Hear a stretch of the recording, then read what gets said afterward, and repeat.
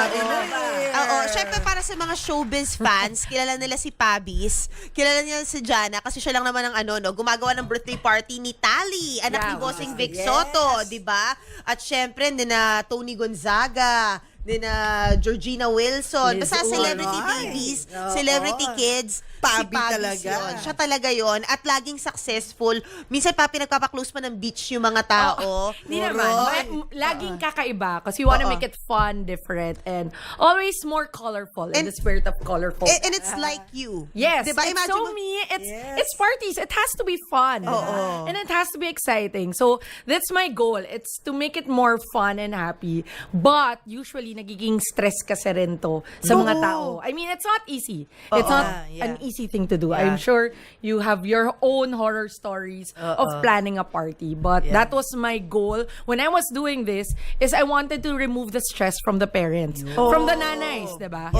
Kasi parang, nandito kami para tulungan kayo at kayo rin mag-enjoy sa sarili nyong party. And from super large scale to intimate, you from large scale to very, very intimate na minsan 10 bata lang or like 10 pamilya lang pero as intimate as that one.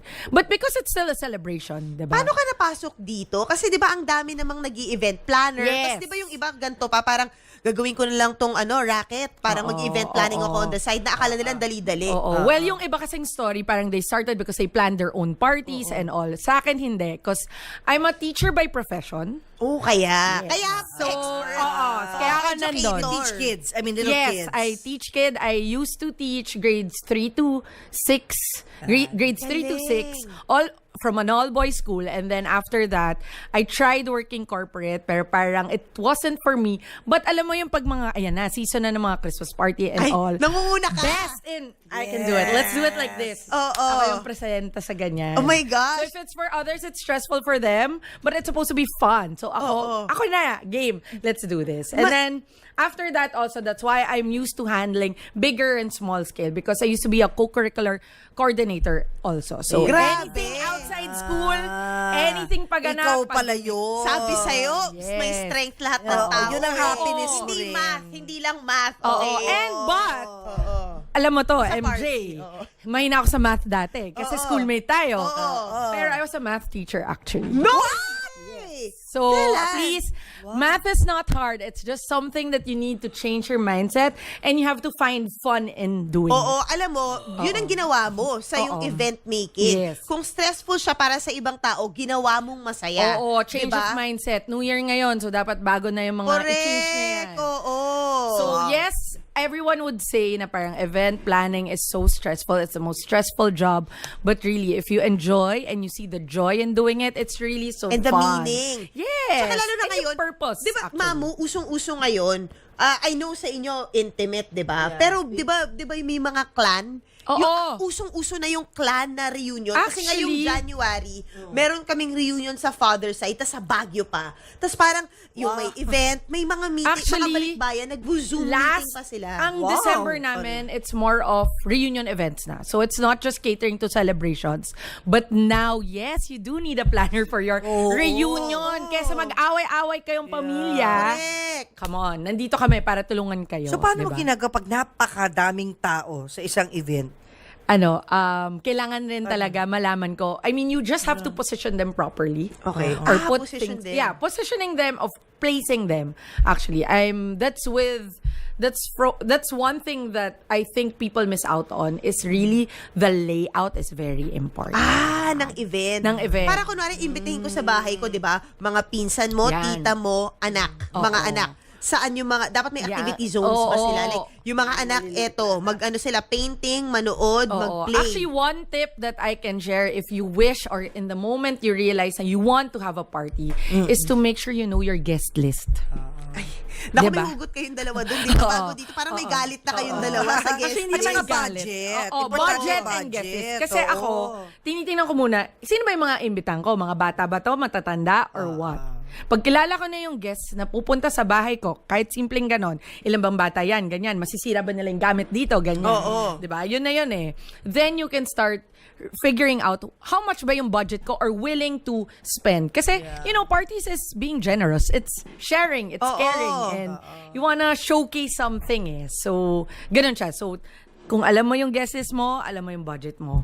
Dagdag na lang yung mga paganda, pa-activities, and something. Because you wanna make it Alam mo memorable. ba't ka, talagang feeling ko, nag-bloom?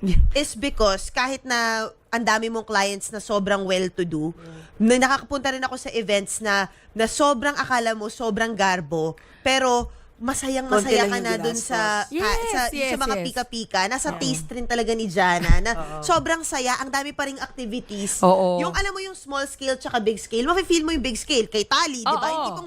Hindi mo alam kung may Uy, pero masaya yung kay Tali kasi everybody knows Tali as Tali. But we brought out, I'm so proud to say that we were able to bring out the best in her because if you Yun nga. notice, it was Sumayaw all siya. her drawings. drawing The niya. theme was her drawings. Oh, wow. Yeah. Drawing Oo, niya. drawing niya yun. So Nakakaiyak naman. Oo, as in, when I was scanning, I was asking Pauline, skinana, buti, ang galing ni Pauline kasi tinago niya lahat ng drawings ni Tali. Pati simpleng letter na, I love you, Mom, I love you, Dad. Nakakaiyak. Oo, ganda, ang ganda nung ano. And then I said, you know what, can we make use of that? And make use of it as your theme because that's her. And usually when I do events and kinikilala ko kasi yung tao. Anong gusto, ano. Hindi lang siya parang, kung anong gusto ni maming theme or kung anong uso, anong bagay. Medyo hindi ako favor to that. Kasi it's a party, it's for you. Kailangan maramdaman mo, Oo. hindi ka na nagpakain. Eh, nagulat ako, pagdating ko sa room ni Tali, oh my God, puro drawings, puro ano. This is not something I didn't know of her, diba? Parang you know her as dancing, singing, gano'n. Sabi ko, what? Artist pala tong batang to. So gawin natin to. So yun yung buti na naman Pauline and Bossing Vic was very supportive with that. During the times na malilit pa yung mga anak namin, ang uso doon, lahat ng puntahan namin na kiddie parties, lahat may magician. Okay. Uso pa ba yun? Alam mo, nakakatawa kasi I thought hindi na uso ang magician. Pero sobrang uso. Hit pa rin pala. But we actually have a new thing with Ivan the Selfie Magician. Ay, we kilala now ko do siya, si Ivan. Magic Station. Ah, So, kasi yun nga ang dami ng Ivan. may net, ang dami ng may TV, maraming ano yung mga distractions yung mga bata ngayon May batang gusto lang ng manahimik at mag-draw.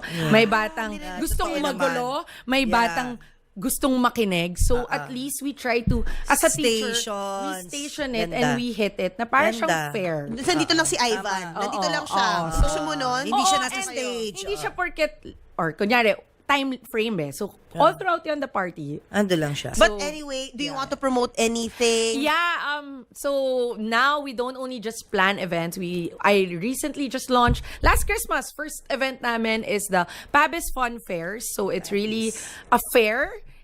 My goal is to be a roving fair or like just an activity for the parents to do something bonding. So gusto ko yun. So it's Pabis Fun Fair. So it's it's a seasonal pop-up event. So it's just one weekend. Our next event will be Valentine's Day. Wow. But for Valentine's, love for family naman. Ay, love wow. for Saan yan? friends, Saan yan? Love for everyone. Kasi parang feeling ko masyadong love for jowa Ako nga wala jowa, diba? So love for something Humanap else ka na sa naman. mga events na yan. Yeah. So ang first, we did our event at G Studios. Okay lang, Mateo Gudicelli Yes. tsaka Sa sa Shangri-La Mall? Hindi, Hindi, sa Alabang. Alabang. Oo, Sa Alabang muna. Alabang muna yung playground namin. But for Valentine's, and then we're also gonna be coming up with Easter and ano ba yung next ko? Halloween. Pero, Ay, nako, saya. yes, but I'm doing this not only for the parents, but I'm also tapping in small businesses. Oh, Or wow. yung gustong, because I like what I'm doing. So Yeah. gusto ko, Gusto gusto rin nila nyo yung rin. So ginagawa. sana i-share natin to and gawin Love natin. for family. Love for family naman ang Valentine's namin, which Oh. sana invite namin kayo for The that. Unstoppable Jana. Oo. Parang ikaw din. Oo, love for animal, love for family, love for animals, love for everyone, love, love, love, love. Wag lang puro jowa. Oo, wag jowa. Tingnan nyo. Hindi yan. Love for Totoo yan. colors. That's Oo, I love it. Yeah. Thank you so Get much, your Jana number. Pablo. Jana's Pabi's Creatives Events. Love it. Thank you so much.